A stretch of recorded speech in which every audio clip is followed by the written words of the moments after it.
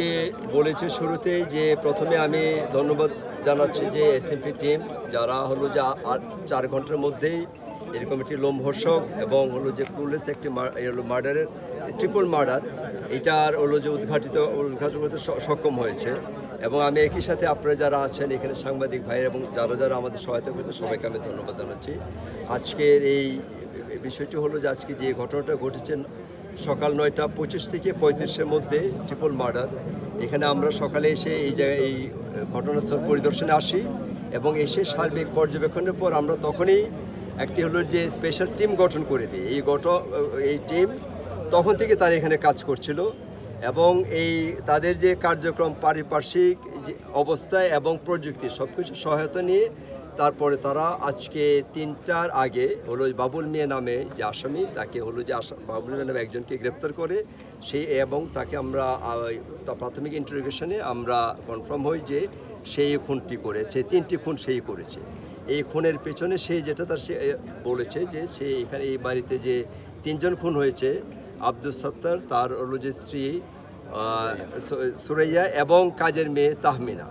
সে জানিয়েছে যে গত 15 থেকে 20 দিন আগে এই তাহমিনার সাথে তার হলো যে প্রেমের সম্পর্ক গড়ে ওঠে এবং এই বাবুল মিয়া সে হলো যে কষায়ের কাজ করে, কখনো কখনো রং মিস্ত্রির কাজ করে এবং এই বাড়িতেও নাকি সে আগে কাজ করেছে বলে জানা যায়।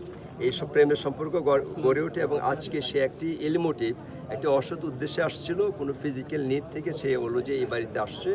আসার পরে সকালে সে 9টা 25 থেকে 35-এর মধ্যে এই বাড়িতে সে ঢুকে যখন নক করার পরে সে কাজের মেয়ে যে আছে সুমাইয়া তাহমিনা সে দরজা খুলে দেয় এবং দরজা খুলে তাকে ভিতরে প্রবেশ করে আবার দরজা বন্ধ করে দেয়।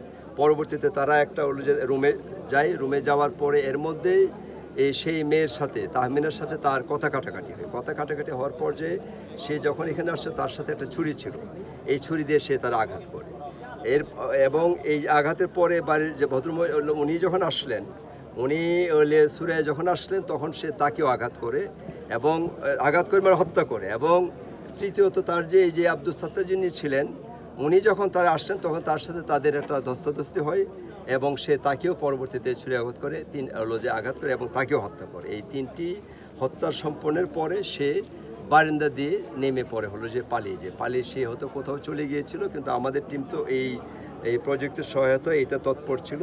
পরবর্তীতে সে তার বাড়ি যে রায়নগর ওখানে সে ফিরে আসে এবং আমাদের টিম গিয়ে তাকে নিয়ে আসে এবং তখনই আমরা তাকে হলো প্রাইমারি জিজ্ঞাসাবাদ করি, সেটা যে স্বীকার করে। আর তার দেখানো মতো যে ছুরি আছে যেটা হলো যে সে বলেছিল যে এই প্লটের মধ্যে আছে, আমরা এটা হলো যে খুঁজছি, এখানে অনেক জঙ্গল আছে, হয়তো সেখান থেকে আমরা পেলে আগামীকাল হয়তো আপনাদের আরও হলো ডিটেলস তথ্য নিয়ে আপনাদের সাথে বসতে পারবো। Thank you. বাবুলের বাড়ি কোথায় জানা যায়? মূল বাড়িটা